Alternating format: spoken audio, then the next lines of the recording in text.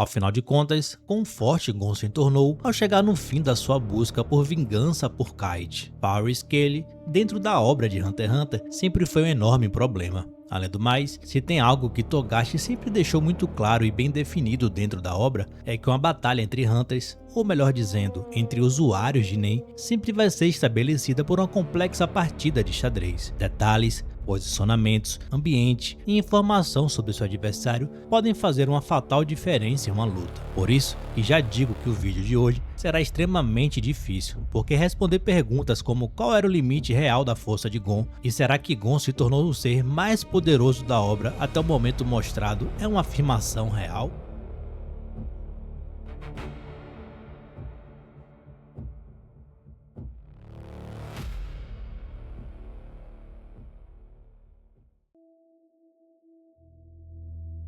Bem ou mal, um dos principais parâmetros para começarmos a compreender a verdadeira força de Gon é estabelecer um paralelo com os guardas reais das formigas Quimera. Afinal, abaixo do rei, eles foram representados como a principal barreira de poder de todo aquele arco. Seres que estavam em uma categoria completamente diferente de praticamente tudo que havia sido mostrado até então. E isso não parece ter sido mostrado por acaso. Togashi constrói os guardas reais quase como um aviso ao leitor. O rei nem sequer havia nascido ainda, mas a obra fazia questão de demonstrar repetidamente que aqueles três indivíduos já estavam em um patamar completamente fora da curva. Antes mesmo de conhecermos a extensão do poder de Meruem, já eram representados as criaturas capazes de fazer com que Hunters experientes parecessem insignificantes. E talvez o melhor exemplo disso seja a própria Neferoptol. No capítulo 197 do mangá, quando Pitou desperta, Hamout, que já havia acabado de desenvolver a sua capacidade de utilizar Nen, estava tomado por uma sensação de poder. E depois de descobrir aquela nova força, ele passa a acreditar que poderia alcançar um nível tão absurdo que talvez pudesse se tornar o rei. Mas a sensação dura pouquíssimos tempos. No instante que a Pitou nasce, Hamout percebe algo completamente diferente. Por possuir uma capacidade de sentir a energia vital ao seu redor, ele consegue perceber imediatamente a presença daquela criatura. E o que antes parecia ser uma ascensão ao topo, acaba se transformando em questão de segundos em uma percepção brutal da sua própria insignificância. Era como sair do céu diretamente para o inferno. Ele havia acabado de descobrir o Nen e acreditava ter alcançado um novo patamar de poder. Então, encontra alguém cuja sua presença era tão absurda que tudo aquilo que ele havia acabado de conquistar simplesmente deixa de fazer sentido. E é justamente aqui que Togashi começa a estabelecer uma mensagem extremamente importante. A Pitou não seria apenas mais um inimigo para Gon e Killua enfrentarem. Ela representava um obstáculo de outra categoria. Hamout já havia entrado em contato com Gon e Killua. Ele havia enfrentado os dois. Posteriormente, até mesmo em contato com a presença de Kite, que mesmo sem dominar o Nen naquele momento, não demonstrava diante deles a mesma sensação de inferioridade que experimentaria diante de Pitou. Quando finalmente desperta seu próprio Nen, Hamout consegue compreender com muito mais clareza aquilo que está diante dele. E é justamente por isso que a percepção que ele tem da aura de Pitou se torna ainda muito mais significativa. A diferença entre o que ele acreditava ser poderoso e aquilo que Pitou realmente representava era simplesmente abissal. E Togashi não para por aí. No capítulo 199, Pitou ainda está começando a compreender e a refinar suas próprias capacidades. Mesmo assim, utilizando seu instinto e a sua percepção extraordinária, ela consegue localizar inimigos na floresta e lidar com eles com uma facilidade assustadora. E o ponto aqui não é simplesmente mostrar que Pitou consegue derrotar alguns adversários, é mostrar como ela derrota. Não existe uma batalha longa, uma demonstração desesperada de esforço ou uma situação em que ela precisa utilizar todo o seu potencial. A obra apresenta aquela diferença de poder justamente através da facilidade com que Pitou dominou a situação. Mas Togashi aparentemente sabia que isso ainda poderia não ser o suficiente para estabelecer uma dimensão daquela ameaça. Porque o leitor poderia simplesmente pensar, tudo bem, mas ela derrotou o Kite, que nem conhecemos completamente, e está enfrentando o Gon e Killua, que ainda eram crianças. Mas é aí que Togashi sabe jogar o jogo, então ele aumenta muito mais a escala. No capítulo 201, ele coloca Isaac Netero diante de Pitou, e aqui a situação muda completamente. Netero não era um personagem qualquer, estamos falando do presidente da Associação Hunter, um dos maiores usuários de Nen apresentados na obra, alguém cuja reputação já havia sido construída muito antes daquele momento. Mesmo estando longe do auge da sua vida, o próprio Netero demonstra uma preocupação a perceber a presença de Pitou. A reação dele funciona como mais uma confirmação de que aqueles guardas reais não estavam simplesmente acima dos Hunters comuns. Eles pertenciam à categoria de poder que até mesmo indivíduos do calibre de Netero precisavam levar toda essa operação extremamente a sério. Togashi, portanto, vai construindo essa escala de maneira gradativa. Primeiro, ele mostra Hamout percebendo a própria insignificância. Depois, apresenta Pitou dominando adversários com extrema facilidade. E em seguida, coloca um dos maiores Hunters da história diante dela e demonstra que até mesmo Netero reconhece a dimensão daquela ameaça. Tudo isso antes mesmo de chegarmos ao verdadeiro confronto entre Gon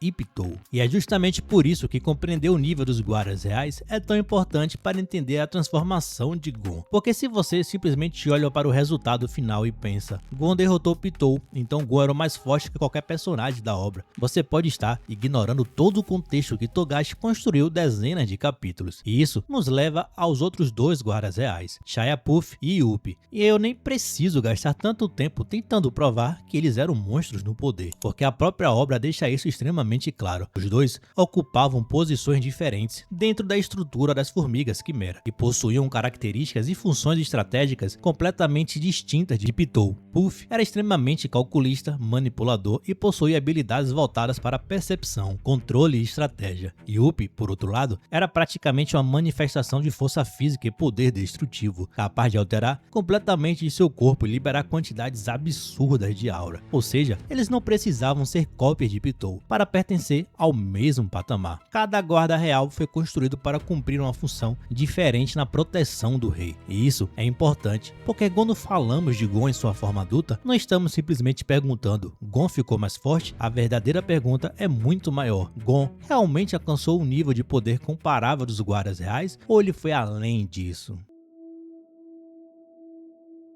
Após os acontecimentos envolvendo Kite e todo o treinamento realizado com Biscuit, Gon agora já tinha maturidade e conhecimentos suficientes para entender uma coisa. Sozinho, ele não tinha qualquer condição de derrotar Pitou. E sendo bem sincero, naquele momento da obra, Gon ainda era fraco, quando comparado ao nível apresentado pelos guardas reais. Seu Jankenpo era uma habilidade poderosa, mas ainda possui limitações muito claras. O próprio Knuckle havia demonstrado durante os treinamentos o quanto Gon ainda precisava evoluir para utilizar o seu Nen de maneira realmente eficiente em combate. A sua força física, sua velocidade e a sua quantidade de aura eram impressionantes para alguém da sua idade, mas ainda estavam muito distantes das capacidades físicas e da presença da aura de Pitou. Em um confronto convencional, portanto, a derrota de Gon era praticamente inevitável. E então surge uma grande pergunta: como Gon poderia derrotar Pitou? De onde ele tiraria poder suficiente para enfrentar alguém daquele nível? Para encontrar essa resposta, precisamos voltar um pouco no tempo, porque Togashi já havia apresentado ao protagonista uma das principais regras que tornaria aquela transformação possível.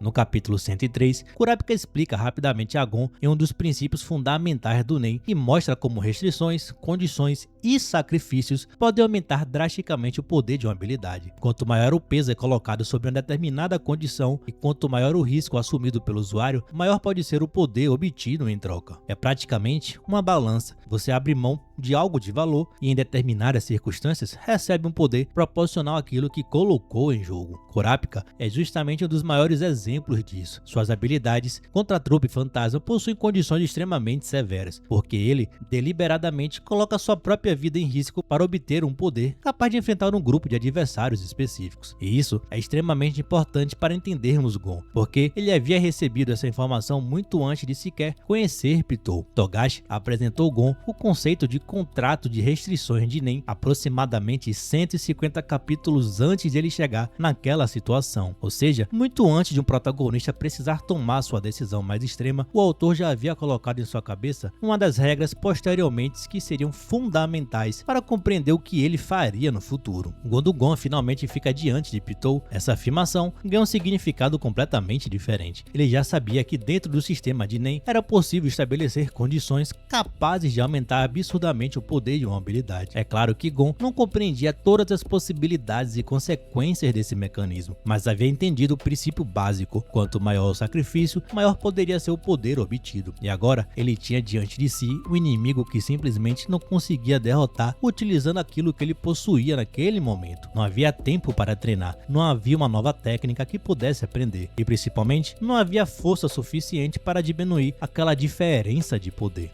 Então, se Gon não tinha força suficiente para derrotar Pitou, ele precisaria encontrar uma outra fonte de poder. E foi exatamente isso que ele fez. Gon pediu poder, mas não pediu simplesmente um aumento temporário de força, nem uma pequena evolução das suas capacidades. Ele entregou tudo aquilo que possuía e principalmente tudo aquilo que ele ainda poderia possuir. Todo o potencial que seria desenvolvido ao longo de sua vida. Todo o poder que poderia alcançar depois de anos e anos de treinamento e todo o crescimento que teria como usuário de Nen foram colocados naquela troca. Gon sacrificou o caminho inteiro em troca de um resultado e trouxe para aquele momento o poder que teria em seu auge. Tudo isso para derrotar um único inimigo e durante um período extremamente curto de tempo. É justamente depois dessa transformação que Togashi começa a deixar ainda mais claro o que Gon realmente fez. A própria Pitou consegue compreender a dimensão daquela mudança e percebe que Gon havia alcançado um nível de poder completamente diferente daquele que possuía anteriormente. Mas existe um detalhe fundamental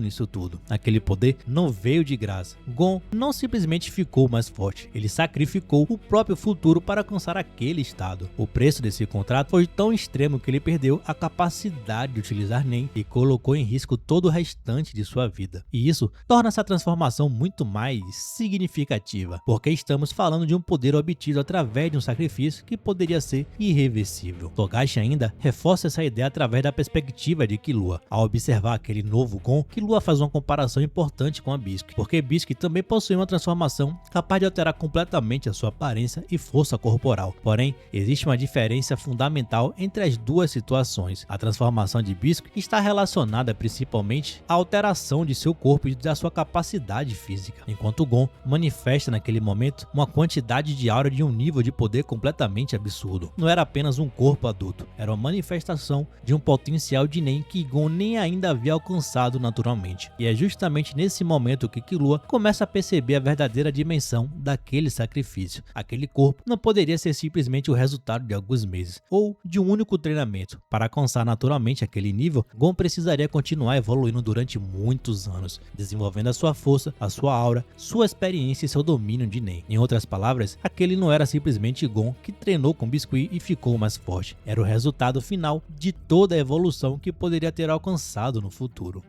E é aqui que a transformação se torna ainda mais pesada. Gon não estava apenas sacrificando alguns anos de sua vida ou abrindo mão temporariamente de suas habilidades. Ele estava, em essência, queimando o próprio futuro para alcançar imediatamente o seu auge. E talvez seja justamente por isso que essa transformação seja tão complicada quando tentamos colocá-la dentro do Power Scale de Hunter x Hunter. Gon não alcançou aquele nível através de uma evolução convencional, nem passou naturalmente por todas as etapas necessárias para chegar lá. Ele simplesmente trocou todo o seu potencial futuro por poder no presente. E aqui chegamos na cereja do bolo, e essa é provavelmente a parte mais difícil desse vídeo e com certeza que gerará mais discussão entre os fãs de Hunter x Hunter e que continua gerando até hoje. Mas antes de chegarmos às conclusões, eu precisava passar por todos aqueles pontos anteriores, entender o nível dos guardas reais, compreender o que Gon realmente sacrificou para alcançar sua forma adulta e principalmente entender qual era o verdadeiro patamar de poder que ele atingiu, porque agora podemos finalmente responder as duas perguntas que provavelmente estão passando pela sua cabeça.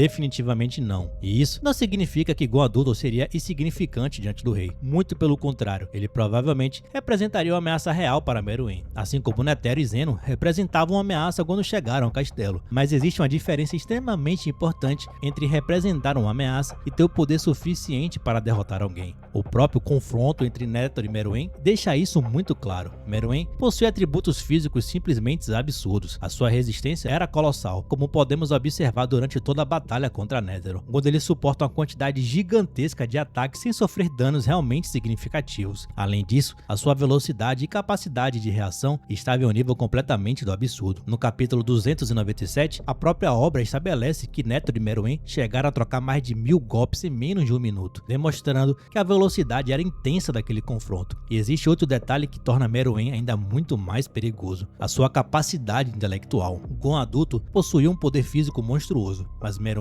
não era simplesmente um personagem com força e resistência elevadas. Depois de seu nascimento, ele também demonstrou uma capacidade intelectual extraordinária, e posteriormente, a sua experiência jogando Gunji contra Komugi fez com que ele desenvolvesse ainda mais a sua capacidade de análise, leitura de padrões e tomadas de decisões, que inclusive fez uma baita diferença contra o Netero. E isso, dentro de uma batalha de Nen, meus amigos, é simplesmente devastador, porque estamos falando de um universo onde a inteligência, leitura do adversário, posicionamento, condições e estratégia podem ser tão importantes quanto a força bruta. Meruem conseguia analisar o comportamento do adversário enquanto lutava, identificava padrões e encontrava maneiras de contornar as habilidades extremamente complexas. O Gon adulto, por outro lado, tinha uma vantagem muito mais simples e direta: apenas poder bruto. Ele possuía uma quantidade absurda de aura, força física monstruosa e velocidade impressionante, e um corpo que representava o auge do seu potencial natural. Foi o suficiente para destruir Pitou com uma facilidade até mesmo assustadora, mas Meruem estava em outra categoria. Por isso, acreditar que Gon adulto simplesmente chegaria diante do rei e derrotaria, na minha visão, é ignorar boa parte daquilo que Togashi construiu durante o próprio arco das formigas Quimera. Gon adulto poderia ameaçar Meruem? Com certeza. Poderia causar danos? É possível, mas derrotar o rei? Eu considero isso extremamente improvável.